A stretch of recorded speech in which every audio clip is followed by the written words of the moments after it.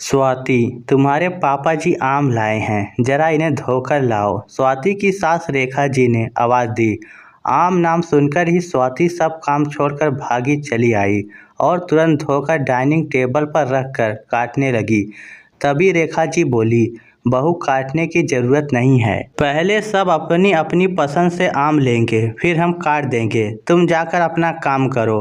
अपनी सास की बात सुनकर स्वाति उठकर चली तो आई, पर मन वही आमों में ही रह गया। इस स्वाति की शादी के बाद ससुराल में सीजन के पहले आम आए थे और आम उसे बेहद पसंद थे, इसीलिए उससे इंतजार नहीं हो रहा था। पर मायके की तरह ससुराल में मर्यादा के कारण वह बिना सास के कहे आम नहीं उठा सकती थी। जैसे तैसे वह आमों से ध्यान हटा अपने और कामों में लग गई। स्वाति के ससुराल में 2 देवर, 1 ननद, सास ससुर और वह दोनों, कुल मिलकर 7 लोगों का परिवार है। सब प्यार से मिलजुल कर रहते हैं, सब कुछ बहुत अच्छा है। बस यहाँ सासू माँ भी ससुर जी और बच्चों को खाना फल वगैरह खिलाकर ही खुद खाती हैं, तो स्वाति भी तभी खा पाती है। खाना तो ठीक है क्योंकि वह बनाती ही इतना है कि कभी किसी को कम ना पड़े, पर फल वगैरह तो इस महंगाई में 2 किलो भी आ जाए तो बहुत है। उस पर सभी लोग बड़े बड़े और रसीले फल पहले खा लेते हैं, बाद में छोटे छोटे या थोड़े बहुत मुरझाए फल ही उन दोनों को मिल पाते हैं।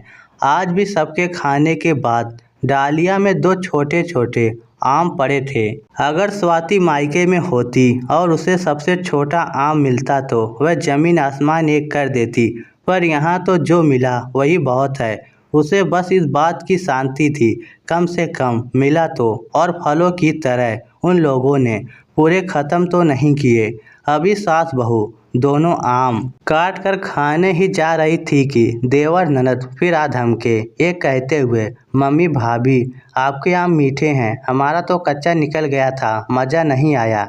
तो रेखा जी हंसते हुए बोली, तुम लोग ज़्यादा के चक्कर में बड़े बड़े आम लेते हो, वह तो कच्चे निकलेंगे ही, हमारा तो बहुत मीठा है। चखने चखाने में रेखा जी और स्वाति की प्लेट में सिर्फ आम की गुठली पड़ी रह गई, जिसे देख स्वाति की आंखों में आंसू आ गए। स्वाति का लटका मुंह देख रेखा जी उसे समझाते हुए बोली, कोई बात नहीं बहू, बच्चे हैं, अगर उन्होंने खा भी लिया तो कोई बात नहीं, हमारे बच्चे खा पी ले, खुश रहें, इससे ज़्यादा हम महिलाओं को और क्या चाहिए।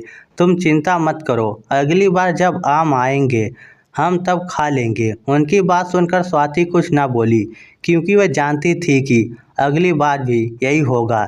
इस मामले में स्वाति को पति से भी कोई हेल्प मिलने की उम्मीद नहीं थी, क्योंकि वह भी स्वाति से उम्र में बड़े देवर, एक बराबरी के देवर को बच्चे बोल उनका फेवर करते थे। आखिर उसने मन ही मन एक फैसला लिया और अगली बार आम आने का इंतजार करने लगी। एक बार जैसे ही सब आम खाने बैठे और सासू माँ ने सबकी पसंद के आम काटने शुरू किए, स्वाति ने भी एक अलग चाकू लिया, बचे हुए छोटे आम काट लिए और सबके साथ ही सासू माँ को उनकी प्लेट दे अपनी आम की प्लेट लेकर अपने कमरे में जाने लगी, तो पापा जी के साथ साथ सब उसे अजीब सी नज़रों से घूरने लगे। पर उसकी ननद तो कुछ ज़्यादा ही आगे थी, तो उसे टोकते हुए बोली, भाभी मम्मी ने तो कभी घर में जो भी आया वह पापा जी और हम बच्चों से पहले नहीं खाया, और आज आप उल्टी गंगा बहा सबके साथ में माँ को आम देकर खुद भी अपने कमरे में खाने चली। हाँ दीदी, जो कभी नहीं हुआ वो अब होगा, क्योंकि फल तो सभी को स्वस्थ रहने के लिए ज़रूरी होते हैं। हम मिडिल क्लास के लोग रोज़ मेवा मिष्ठान तो खाते नहीं, पर पौष्टिक और हेल्दी खाना तो खा ही सकते हैं, जिसमें फल बहुत अहम होते हैं। पर मैं जब से आई हूँ तब से यही देख रही हूँ पापा जी और आप सब लोग पहले ही एक बड़ा फल या फिर कभी कभी 2-2 भी खा लेते हो, फिर भी जब मैं और मम्मी जी अपना फल खाने बैठते हैं आप लोग उसमें से भी खाने आ जाते हो। मम्मी जी माँ होने के नाते आप लोगों से कुछ कहती नहीं हैं, पर उनका भी मन होता होगा कि वह पूरा आम खाएं, पर उन्हें मिलता क्या है, आम की गुठली या पूरी थाली में जो सबसे छोटा होता है वह। आप लोग शायद हमेशा से उनके साथ यही करते आए हो, तो आप लोगों को कुछ नहीं लगता, पर मेरे मायके में ऐसा कभी नहीं होता।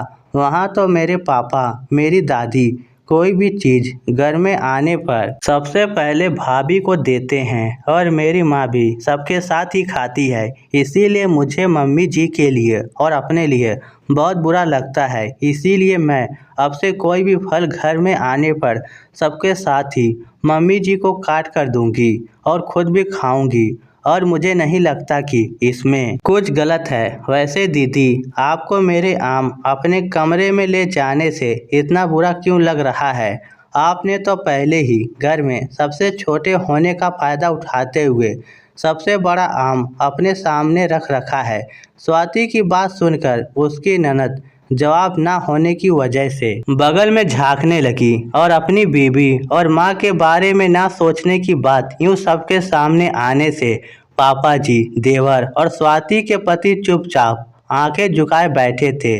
बस रेखा जी पहली बार इतनी खुश दिखाई दे रही थी, क्योंकि जो बात उनके बच्चों ने उनके लिए नहीं सोची, वह बात उसकी बहू ने उसके लिए सोची थी। तो स्वाति को प्लेट ले अपने कमरे में जाने का इशारा कर रेखा जी आज बड़े गर्व से एक फाक अपने मुंह में डाल सबके साथ रसीले आम का मजा लेने लगी। आज किसी की भी हिम्मत नहीं हो रही थी कि माँ की प्लेट से एक टुकड़ा भी उठा ले। इस स्टोरी को लेकर आपकी क्या राय है? नीचे कमेंट करके हमें ज़रूर बताइएगा। धन्यवाद।